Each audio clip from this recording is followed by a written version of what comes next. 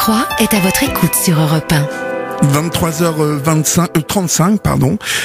Et alors, voilà, pour l'histoire, en fait, c'est que le témoin que nous accueillons maintenant s'appelle aussi Dominique. Donc du coup, voilà pourquoi je me suis trompé. Bonsoir Dominique, bienvenue.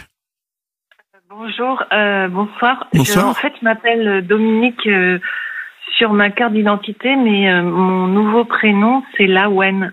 Laouen. Oui, breton, Laoune. D'accord, et vous voulez que je vous appelle comment du coup? Laouen. Laouen, d'accord, bah c'est noté. Moi qui ai des problèmes avec les prénoms, alors je vais essayer. Laouen. Bon, en même temps, voilà, c'est un joli prénom, très belle sonorité, sonorité bretonne donc. Oui. D'accord. Et comment allez-vous? Ça va. C'est un petit ça va, ça. C'est un petit ça va.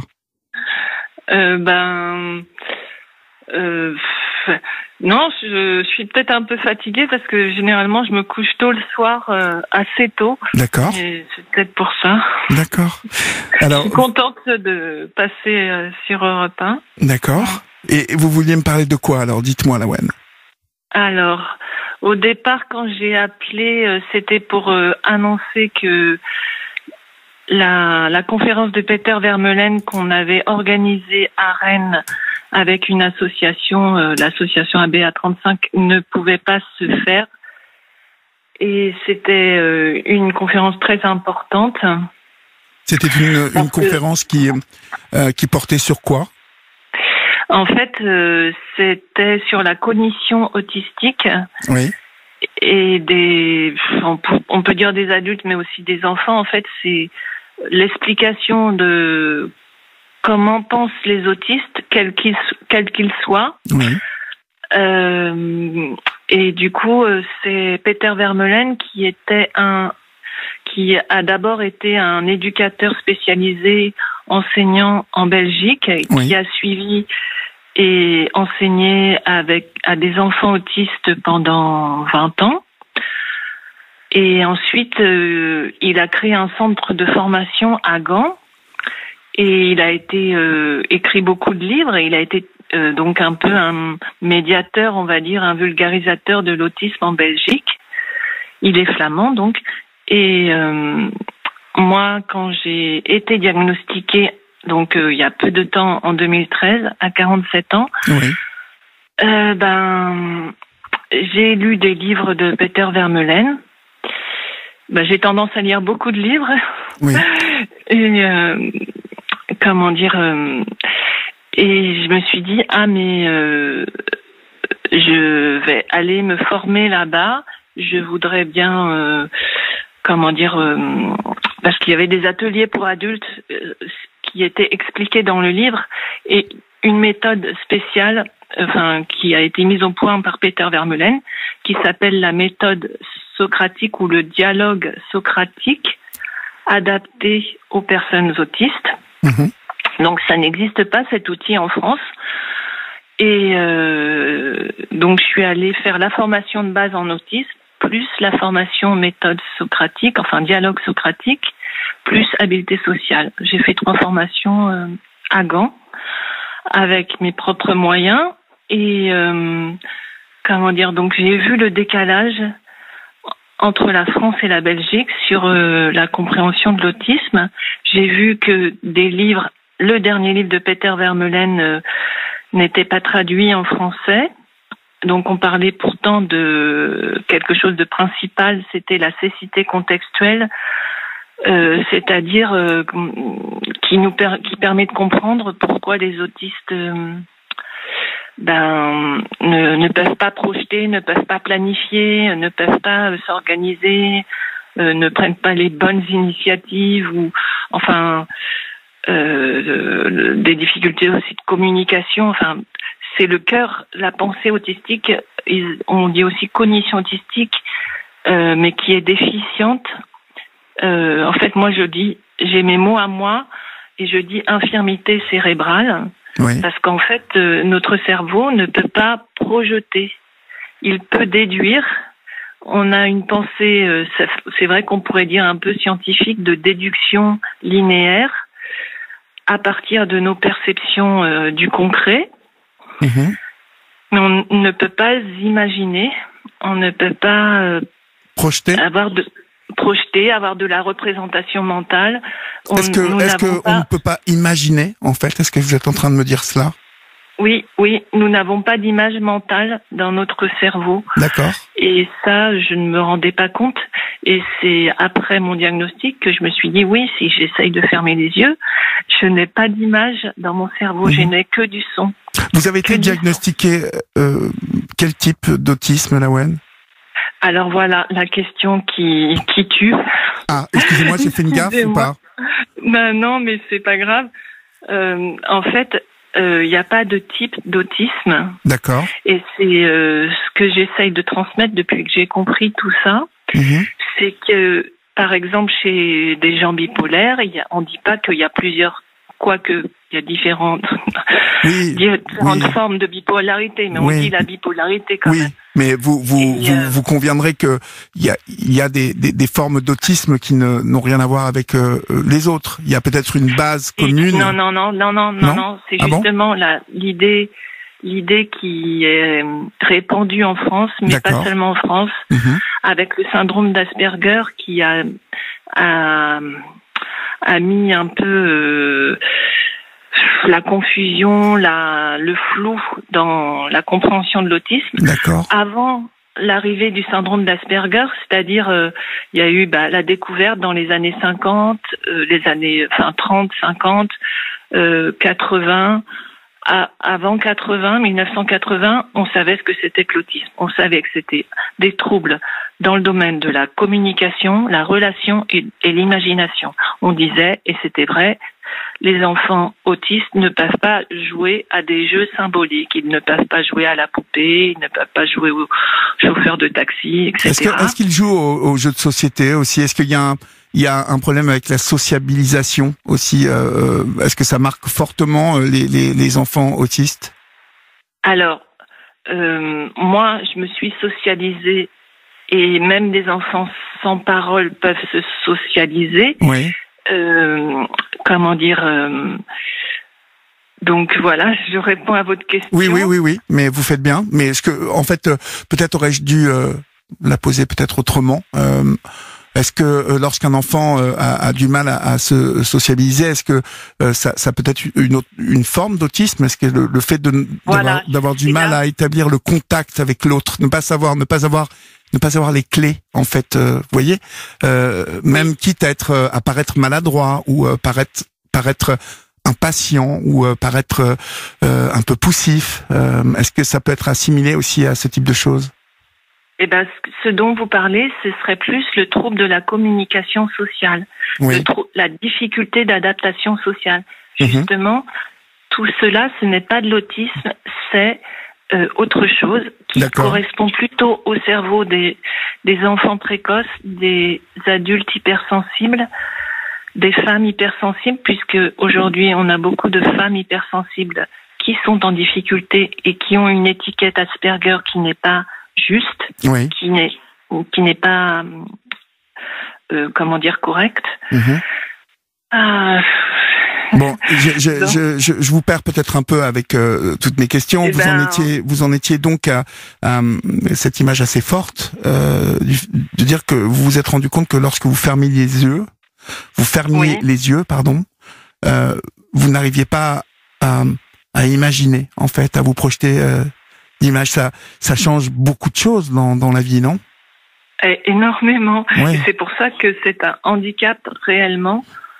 Même si c'est difficile à comprendre, mais pour toutes les personnes autistes, alors il y a différents, on va dire, types d'individus, types de développement dans l'enfance où donc il y a des enfants qui ne parlent pas, les enfants qui parlent, les enfants qui parlent en retard, voilà. Donc il y a, disons, des catégories de développement qui ne se font pas à la même vitesse ou qui ne se font pas.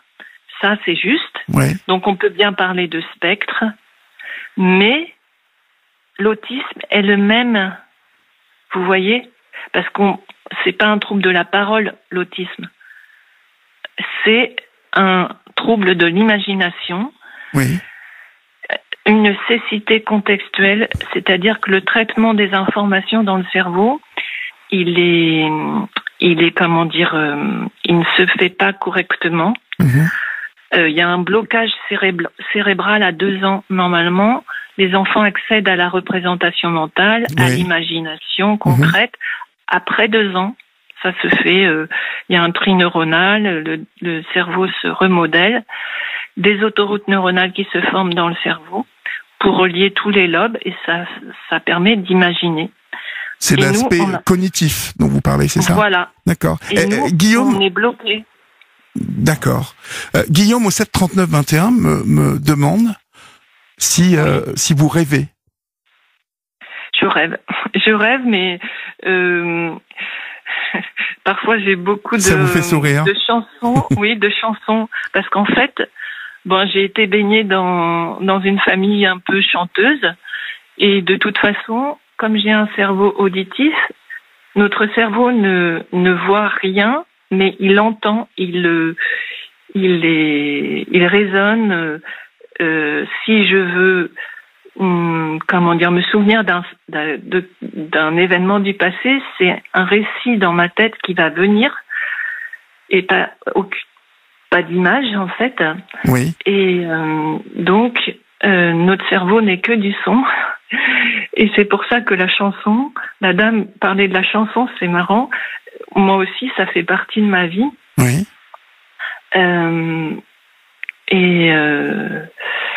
Voilà. Et alors, là, pendant le... non, Lawen, vous me parliez donc de cette conférence qui a été annulée de Peter Vermeulen. Oui. Et vous me disiez que tout ce qu'il avait acquis comme connaissance du sujet, on n'en profitait pas en France. Tout à fait. Il a écrit ses livres. Comment pense une personne autiste, ça c'est la base, oui. Quel que soit l'autiste. Il a écrit des livres moins connus qui est le guide pour les parents. Mon enfant est autiste, voilà. Mais ma question, c'était plus pourquoi en France ces connaissances et ces acquis n'arrivent pas. Si j'avais la réponse, je serais contente, mais j'ai des idées sur le pourquoi. En fait, parce que on a fait des erreurs. La science a le droit de faire des erreurs. Moi, je suis scientifique, biologiste de formation. Ça m'a pas empêché de faire des études. Et on peut corriger un classement botanique. On peut dire, ah non, c'est trompé, cette plante-là n'appartient pas à cette famille. Finalement, on se rend compte qu'elle appartient à une autre famille. Vous voyez, dans la botanique. Oui, je vois. On se trompe en science, et là, en autisme, on s'est trompé en ne diagnostiquant pas suffisamment juste sur les symptômes. Les enfants autistes et les enfants précoces, on les a mis dans des symptômes communs, alors qu'en fait, les symptômes des enfants précoces et les symptômes des enfants autistes, quand on s'approche et qu'on voit les symptômes, on voit bien que c'est différent. C'est assez grave, ce que vous nous dites quand même, parce que ça, oui, c'est grave. Parce que la manière d'appréhender ces enfants doit totalement changer, pour le coup. Oui, parce que voilà, la dame d'avant, je pense qu'elle a un profil hypersensible. Oui. Et elle avait apparemment, ça lui a donné confiance en elle. Les enfants précoces ont des difficultés pour avoir confiance en eux. Ils veulent être, enfin, je sais pas, on remarque leur douance et en même temps, eux n'ont pas confiance en eux. Enfin, moi je vis pas ça. Moi, j'ai confiance en moi. C'est pas une question, c'est pas. Non, mais j'ai un ami qui dont le fils a 8 ans, il a peut-être 8-9 ans maintenant, qui a été diagnostiqué il y a maintenant 2 ans. HP, à haut potentiel, c'est bien ça dont vous parlez. Oui, c'est ça. Et ça a déverrouillé beaucoup de choses dans les décisions que mon ami et sa compagne ont prises pour leur enfant. c'est-à-dire lui faire sauter une classe ou je sais plus très bien, en tout cas réadapter les choses par rapport à lui, parce que c'était un enfant qui rencontrait de gros problèmes lui c'était beaucoup dans l'aspect difficulté à avoir des relations avec les autres. Voilà. Et puis il préférait être avec les plus grands.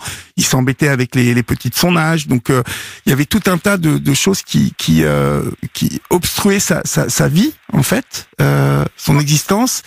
Et finalement, mon ami s'est aperçu que lui aussi était haut potentiel. Il s'est fait tester 1 an après son fils, parce que finalement il était tellement polarisé sur la problématique de son enfant, et on sait très bien que nos enfants, on fait tout pour eux, donc on s'oublie un peu, hein. Et finalement il a aussi compris tout un tas de difficultés qu'il avait même à appréhender le rapport humain, parce que moi, pour le connaître bien, je savais que c'était quelqu'un de sympathique, de gentil, en tout cas, voilà. Mais il pouvait paraître aux yeux de beaucoup de gens comme étant assez hautain, très déterminé, presque méprisant, vous voyez, parce qu'il avait une manière d'annoncer les choses qui était tellement claire dans sa tête à lui, que il y avait pas de discussion possible ou de contestation possible, en fait. Ouais. Et donc ça, tout de même.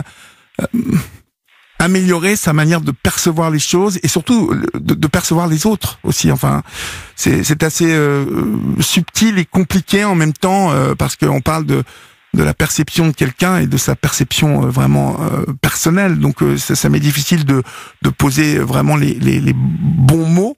Mais vous voyez ce que je veux dire, il avait du mal à interpréter l'autre, en fait, à percevoir l'autre. Et ça. Ouais. Ça rejoint ce que vous disiez tout à l'heure, en fait, au niveau de la projection.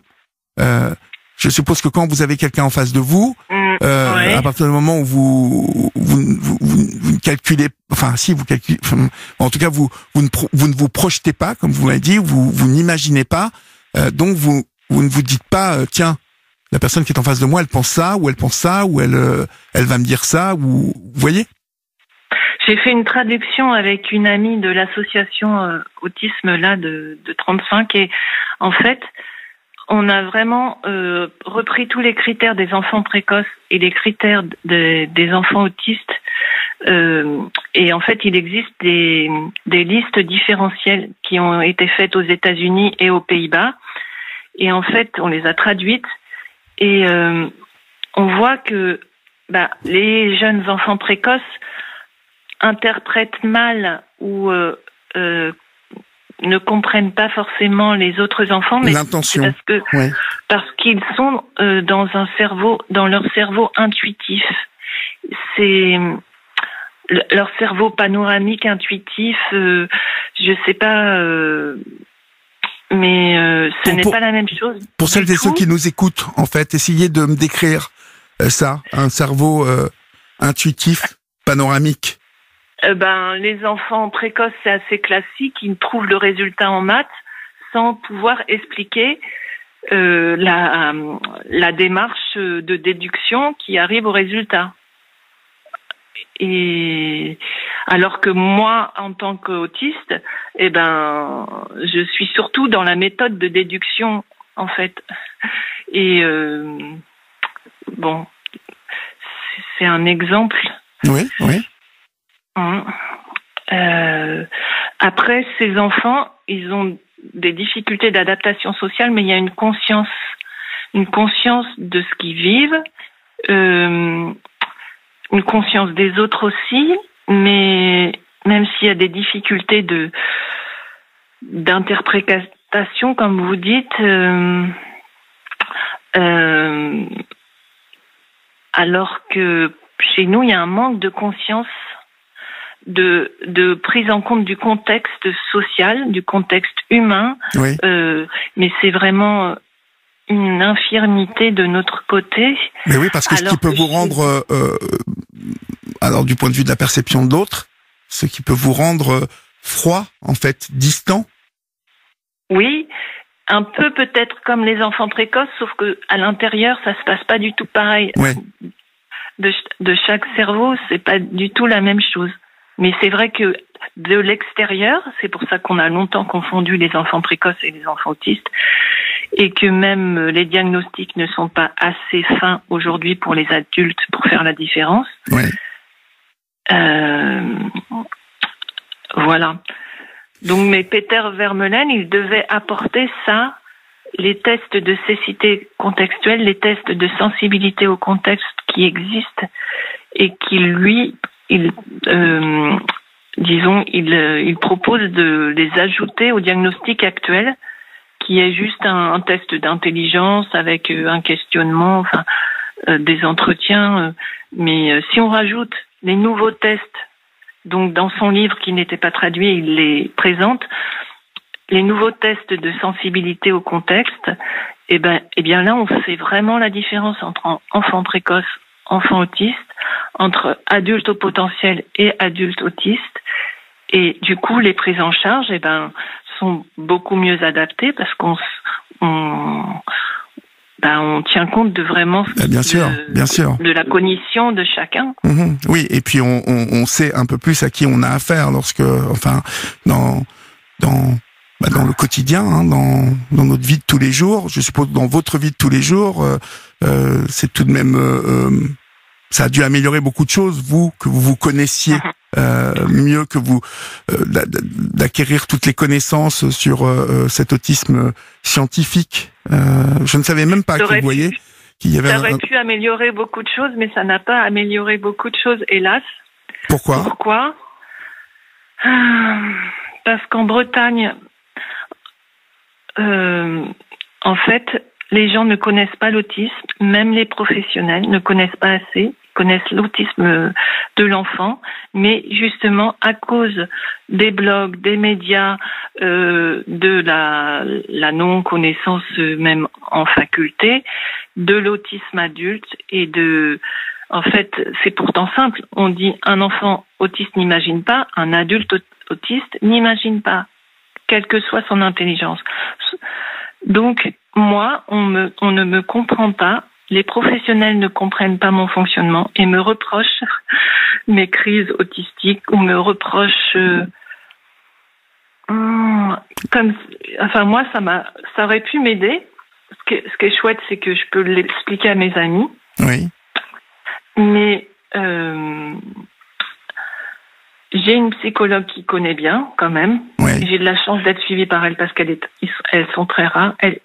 Donc elle est très demandée. Elle fait beaucoup de départements en Bretagne et ailleurs. Mais tout de même, avouez que si dans votre cadre professionnel, vous faites allusion aux professionnels, si on faisait un petit effort. Vous avez expliqué cela ou ils doivent le deviner? Est-ce que vous avez fait part des gens dont vous parlez, des professionnels qui ne vous comprennent pas? Alors je dis les gens qui sont spécialisés autisme, qui devraient avoir la compétence autisme. D'accord. Et je parle pas de mon travail puisque pour l'instant je travaille plus. J'ai voulu me consacrer plutôt à mon quotidien, à m'organiser, à avoir une vie stable. Donc, pour l'instant, j'ai mis le travail un peu entre parenthèses. Oui. Et depuis 7 ans, je n'ai pas réussi à avoir une vie stable parce que justement, je n'ai pas de professionnels compétents qui comprennent l'autisme. Je n'ai pas d'heure d'aide humaine. La MDPH 35, c'est un long combat. Ça fait 3 ans qu'on lui demande de me reconnaître et en tant qu'autiste et de m'accorder 1 heure d'aide humaine par jour. Oui, alors je vais vous dire. J'ai beau avoir des plannings. Avoir des plannings. Excusez-moi. Non, je vous en prie, Lawen, on va continuer à parler de tout ça et justement ce à quoi vous faites allusion, on va en parler juste après l'info sur Europe 1. On se retrouve juste après l'info pour justement parler de la MDPH et de tout ce à quoi vous avez droit. D'accord? Vous restez avec moi? Oui. À tout de suite. Nous échangeons ce soir avec Lawen. Nous échangeons autour de la question de l'autisme et de la perception de cet autisme qui est prôné d'une manière totalement différente, au dire de Lawen, par Peter Vermeulen, qui est un spécialiste flamand et qui devait venir à Rennes, mais pour cause de confinement, eh bien, a dû annuler la rencontre qui devait avoir lieu à Rennes. Lawen, vous étiez en train de me parler donc de la difficulté des professionnels à percevoir cet autisme et à vous percevoir finalement. Et on en était resté à la MDPH. La MDPH quel est le département de Rennes? Ille-et-Vilaine. Ille-et-Vilaine, donc la MDPH d'Ille-et-Vilaine, qui avait du mal à quoi finalement? À percevoir ce dont vous souffriez, à vous accompagner? Donc, disons que la grille sur le formulaire sur l'autonomie, je l'ai reçu là dernièrement. On ne nous avait jamais remis ce formulaire. J'avais eu des formulaires beaucoup moins précis. Je ne sais pas pourquoi. Pour évaluer nos besoins dans le quotidien, donc tous les actes du quotidien. Et là, j'ai rempli avec le service qui me suit ce formulaire vraiment avec précision. Et on espère obtenir des aides humaines. D'ailleurs, la commission va avoir lieu jeudi, mais moi, je suis pessimiste. Je suis blessée, très blessée. Vous êtes blessée pourquoi? Dites-moi. J'ai un traumatisme d'incompréhension parce que c'est difficile d'être comprise déjà au niveau de sa famille. Oui. Après, en diagnostic tardif, mais beaucoup d'adultes sont diagnostiqués tardivement, les vrais autistes. Et du coup, comment dire, moi, pour résoudre ce traumatisme et pour guérir, donc j'espère que la MDPH va enfin me reconnaître comme adulte autiste sans imagination, sans projection, avec besoin d'aide humaine. Il y a des recommandations de toute façon qui doivent être appliquées et donc c'est très variable en fonction des MDPH et des régions. Oui, oui. Donc moi j'ai écrit une chanson. J'ai écrit une chanson sur l'air du mal-aimé de Claude François. Ça m'a fait du bien quand je l'ai écrite parce que je me sentais ignorée. Donc j'étais l'autiste ignorée par une structure où j'étais. Voilà, je vais me faire tatouer pour que quand les gens, auront des réactions un petit peu agressives ou je pourrais montrer mon tatouage et leur expliquer. Ça sera une occasion de discuter. Voilà. Je participe à un salon Surdoué Sens justement avec Alban Bourdi qui est un homme qui a été diagnostiqué enfant précoce très tôt et qui a écrit Espèce de surdoué et qui organise maintenant des salons Surdoué Sens. Et moi, j'interviens pour expliquer la différence entre HP et autisme. Donc, tout ça participe à ma guérison. Je m'enregistre en ce moment pendant le confinement parce qu'une amie m'a dit il faut que tu écrives, mais du coup moi je m'enregistre. J'essaye de le faire tous les jours parce que j'ai beaucoup de choses à sortir de petites incompréhensions qui sont mal passées depuis quelques années. En même temps, j'explique en profondeur mon cerveau et l'autisme, en fait, parce que je pense que ça pourrait ça pourra servir toute cette compilation d'enregistrements. J'ai déjà écrit beaucoup, mais là, c'est peut-être un peu plus concret, quoi. Parce que sinon, j'ai tendance à aller chercher les références des articles scientifiques. Oui, et c'est mieux que ça sorte. Aux gens. Oui, et c'est mieux que, comme vous dites, ça sorte de vous et que ça parle plus aux gens. Mais je vais vous dire quelque chose, Lawen. D'abord, vous allez me tenir au courant des résultats de cette commission, puisqu'elle a lieu jeudi prochain. Et puis, je ne peux pas imaginer que même là, en ce moment, qu'il n'y ait pas quelqu'un qui ait à voir avec la MDPH d'Ille-et-Vilaine et qui écoute ce que vous êtes en train de dire. Je ne peux pas imaginer que vous ne soyez pas entendu. Ça me paraît impossible. Donc, vous me tiendrez bien au courant des résultats de cette commission. Comment je vais est-ce que vous pouvez être concret, s'il vous plaît? En étant concret, c'est que Florian va vous laisser un numéro de téléphone, vous ne raccrochez pas, et que dès que vous avez connaissance des résultats de cette commission, vous nous rappelez pour que on en parle ensemble déjà en antenne, et puis pourquoi pas si les résultats de cette commission ne vont pas dans le bon sens logique et rationnel qui devrait voir une aide qui vous est accordée, nous en parlerons directement à la radio pour que toutes celles et ceux qui nous écoutent prennent part à déjà ce débat, ce partage, et puis voir si nous ne pouvons pas avoir une action un peu plus qui puisse faire revoir leur position si elles ne sont pas bonnes de notre point de vue. Oui. D'accord. Vous êtes d'accord avec ça? Ok. Oui. Moi, je vise même haut parce que je pense à moi, mais je pense aussi aux jeunes. Mais à tous les autres, voilà. Lorsque je dis ça, ce n'est pas qu'à vous que je pense, mais ça passera par vous. Vous voyez? Parce que des personnes dans votre cas en Ille-et-Vilaine, il y en a de toute façon beaucoup d'autres.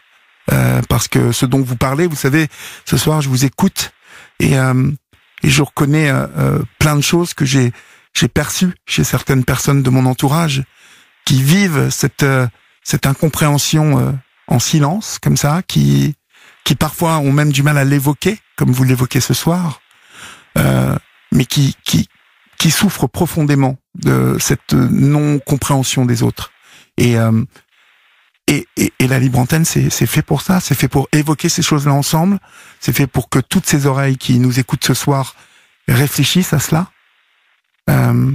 Ces oreilles qui, elles, ont la chance d'avoir un cerveau qui fait qu'elles imaginent, qu'elles projettent, qu'elles peuvent être plus en paix par rapport à justement la société, comment on évolue en société, comment on trouve sa place. Et parce que tout le monde a sa place dans cette société, eh bien, il faut échanger et il faut essayer de faire avancer tel ou tel sujet d'une manière ou d'une autre. Et là, on va essayer de voir déjà attendre, parce qu'on peut avoir la bonne surprise que tout se passe bien pour vous jeudi, et auquel cas nous aviserons sans trop nous projeter, Lawen. D'accord? Ok. D'accord. Ok. Je vous souhaite une bonne nuit. Vous ne raccrochez pas, surtout. Florian va vous donner un numéro de téléphone sur lequel vous pourrez le joindre et les horaires où vous pourrez le joindre. D'accord? Nous joindre d'ailleurs. Ok? Oui. Je vous embrasse et puis gardez l'espoir là, parce que peut-être vous aurez une bonne surprise jeudi. Merci. Je vous embrasse. Au revoir, Lawen. Au revoir. Au revoir.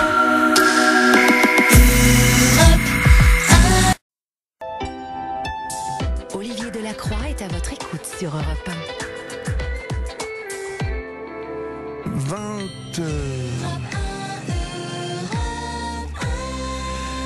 Il est minuit 26, vous êtes sur Europe 1, c'est votre libre antenne encore pendant 35 minutes, puisque nous sommes jusqu'à 1h en direct avec vous. On accueille maintenant Lawen, avec qui nous avons échangé la semaine dernière. Bonsoir Lawen.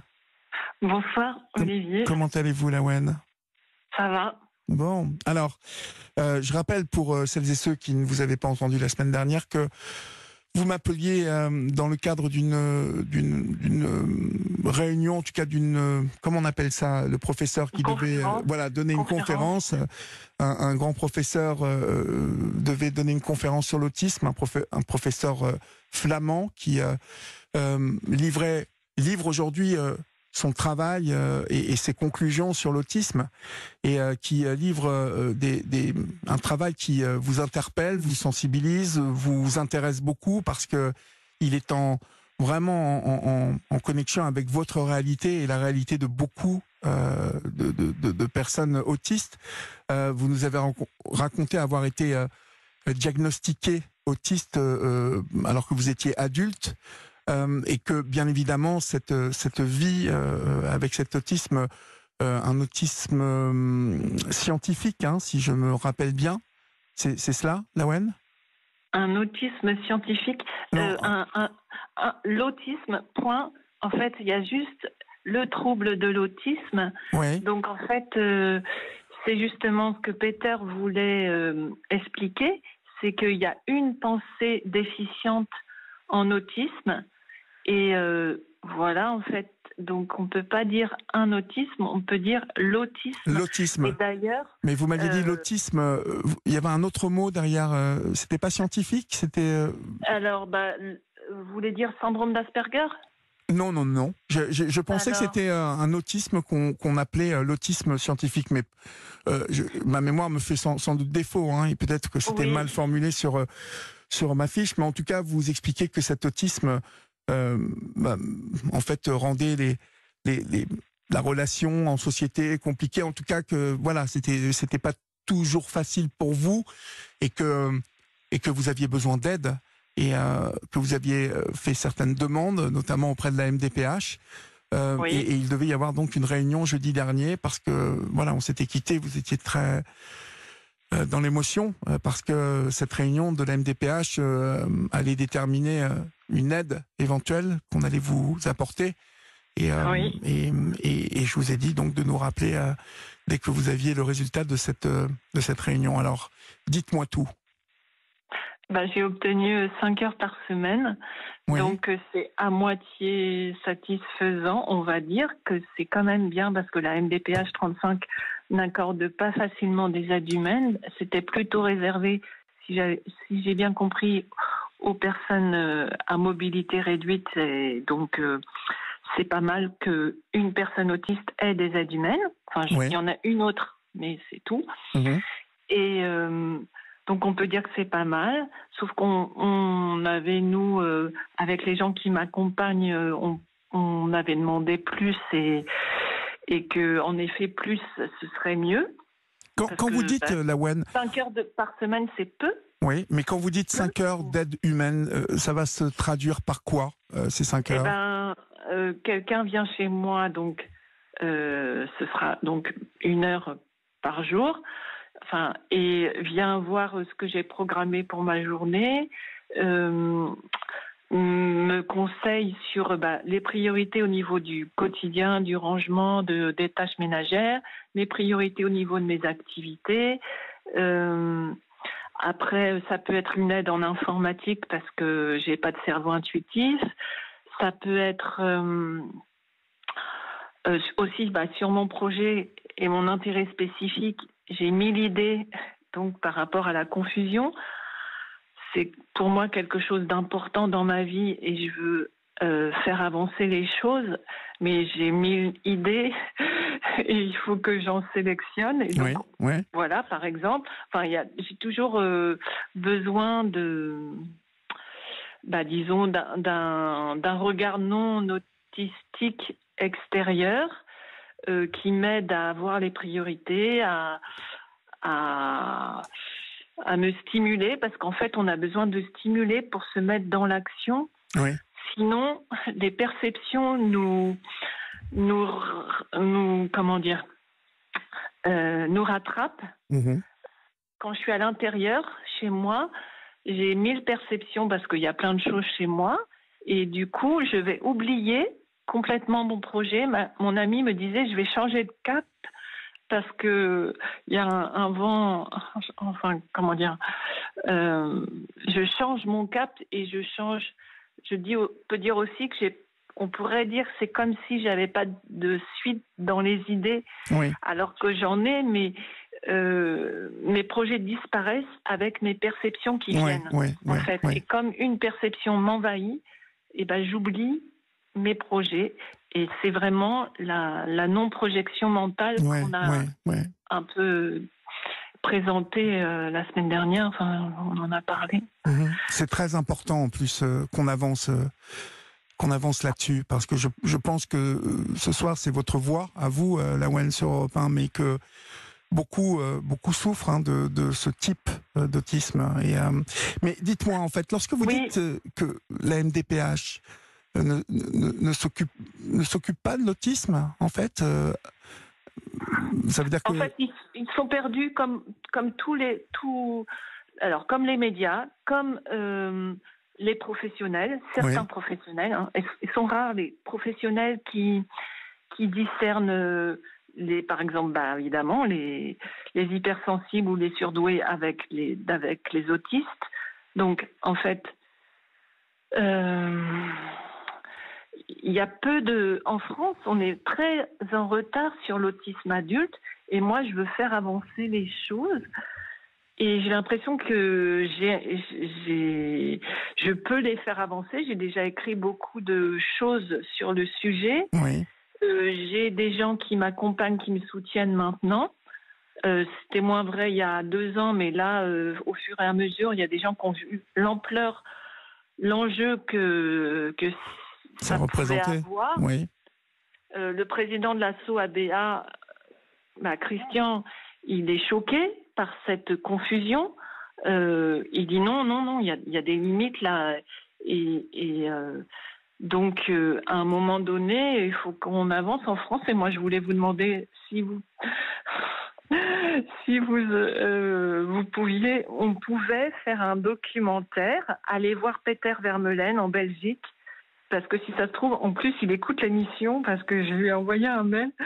Et bref, et comment dire, aller voir des gens qui puissent nous parler, mais les professionnels, les experts de l'autisme, et faire passer dans les médias cette information véritable qu'on n'a pas en France, parce qu'on est perdu, parce qu'on n'a pas un diagnostic assez net qui permet de différencier enfants précoces, enfants autistes sans déficience intellectuelle. Oui. Et du coup, il faut avancer. Le DSM-5, donc la nouvelle classification qui a rayé le syndrome d'Asperger, elle date de 2013. Oui, ce qui veut dire en 2013, ça fait 7 ans. Oui. Ça fait 7 ans qu'on ne devrait plus parler d'Asperger, pas seulement en France, mais dans d'autres pays. Hein, oui. Parce que si on fait un documentaire, ça servira pas seulement en France, ça servira en Suède, par exemple, ça servira dans... Partout, Lawen. Partout où il y a de la confusion. Et ça serait important, ça serait très important. C'est très important. Bien sûr. C'est très important. Parce que même pour les gens hypersensibles et mal diagnostiqués, en fait, ça sert à rien d'avoir... Alors, ils me disent, souvent, quand je discute avec eux, ils me parlent d'étiquettes. Mais moi, je leur dis, mais il faut bien un nom sur une maladie si on veut être soigné. Donc, c'est pas une question d'étiquette, c'est pas une question d'étiqueter les gens, c'est une question de savoir... De quoi on parle. Voilà, de quoi on parle. Donc, il faut bien mettre un mot. Et des gens se croient autistes parce qu'ils ont eu un diagnostic pas assez affiné. Oui, assez prononcé même, sans doute. Dans votre cas, il n'était pas assez prononcé, visiblement, parce que vous êtes intelligente. Mais c'est une question de perception, ces perceptions qui vous perdent, en fait. Vous l'expliquez très bien. Donc, ça... En fait, avant que vous soyez diagnostiqué, en fait, vous avez été diagnostiqué à quel âge, m'avez-vous dit ? 47. 47 ans, vous vous rendez compte ? 2013. Ouais. Donc, avant, ça veut dire que il y avait aucun diagnostic de posé, donc c'est bien là où il y a un problème. Parce que, comme vous le dites, il y a aujourd'hui plein de d'enfants, mais surtout aussi d'adolescents. Hein, quand on commence à rentrer dans la société, vous voyez, où le tissu social est important, voilà, on crée notre personnalité plus, on est plus sensible au regard des autres. Ça doit être très compliqué pour les gens qui souffrent de cet autisme-là, sur lequel il faut bien poser un nom, comme vous dites, pour savoir de quoi on parle. Donc, nous, notre vie est plus compliquée quand on devient adulte et quand on doit être autonome. Oui, oui. Moi, j'ai eu des emplois de cadre et c'est là que ça devenait compliqué. Les études, le lycée, l'école, c'était facile. Rappelez-moi, cadre dans quoi vous étiez chercheuse, hein, je crois, ou scientifique, en tout cas, vous êtes... J'ai un DEA, donc je répondais à des emplois de cadre au début, et des postes à des niveaux un peu, à des niveaux régional en fait. Mais dans quoi, rappelez-moi, Lawen. La Confédération paysanne normande, ouais. Et puis un conservatoire des races, par exemple, aussi en Normandie, ouais. Où je devais être permanente régionale, quoi. Et non, j'arrivais pas à prendre les initiatives qu'on attendait de moi, sans me les préciser vraiment, en pensant que je pouvais les voir tout de suite, et moi je pouvais pas puisque je peux pas projeter. Ouais. Donc en fait c'est un problème d'initiative, de bonne initiative, de contexte, ouais. de contexte qu'on ne voit pas. Et du coup c'est pas du tout pareil que l'adolescence des gens hypersensibles qui eux sont vraiment en difficulté dans l'enfance, oui, l'enfance oui, précoce, oui. à l'adolescence, et après, petit à petit, ces gens découvrent des moyens et découvrent avec leur vécu que les autres c'est pas si dangereux, ou que les autres ne vont pas avoir les attitudes qu'ils ont trop imaginé, enfin bref, et du coup mon ami de 60 ans là qui a fait avec moi le dossier différentiel, elle m'a dit moi ça y est, à 50 ans j'avais compris et j'avais trouvé ma place dans la société. Elle, c'était une personne haut potentiel, et il lui a fallu du temps, mais petit à petit elle arrive à se sentir bien, alors que nous c'est plutôt dans l'enfance. Vous vous sentez bien, j'ai bien compris. La fin des études qui sont bien parce qu'on est cadré, on n'a pas à projeter. Oui, vous faites des exercices qu'on vous demande et hop, donc c'est plus facile. Mais après, quand vous devenez adulte, où on vous demande justement de l'initiative, et puis plus les postes qu'on vous demande sont la responsabilité, plus on vous demande l'initiative, et c'est là où le bas blesse. En tout cas, parce que je vais être obligé de vous quitter, Lawen, parce que j'ai encore du monde derrière vous. Je peux chanter ma chanson? Ah bah oui, vous vouliez la chanter, votre chanson? Oui. Ah bah oui. La dernière fois, vous n'aviez pas voulu, donc mais si vous voulez me la chanter, vous me la chantez. Ah oui. Allez-y. Bon. Alors, sur l'air du mal-aimé. Oui. J'adore cette chanson. Je vous dis pas, quand j'étais petit, je faisais des imitations du mal-aimé. D'accord. Je suis mal-aimé. Allez-y. Alors. On va ressusciter Claude François ce soir. Voilà. Bon. Allez, concentration. Alors, 1, 2, 3. J'ai besoin qu'on m'aide, mais personne ne comprend ce que je vis quotidiennement. Avec un cerveau qui ne peut projeter, j'ai bien peur toute ma vie de trébucher. Alors je chante, je me sens ignorée. Dans mes difficultés, tous les gens me connaissent comme si je savais penser et m'exprimer clairement. Et ont-ils cherché à savoir d'où me viennent mes joies? Et pourquoi cette révolte qui m'envahit parfois? Si les apparences sont bien souvent contre moi, je ne suis pas celle que l'on croit. Contre les obstacles de chaque jour, j'échangerai une vie cadrée dans un petit bout. C'est si navrant, je me sens ignorée en tant qu'handicapée, car tant de gens se connectent à l'autisme réinventé. Médias, éditeurs, diagnostiqueurs, évaluateurs MDPH et même certains chercheurs non spécialisés, mais ont-ils cherché à creuser, à lire et à vérifier? Et pourquoi mon petit frère n'est pas diagnostiqué? J'ai besoin qu'on m'aide, c'est bien expliqué pourtant dans les livres de cet homme flamand. Expert en autisme, passionnément. Merci Peter.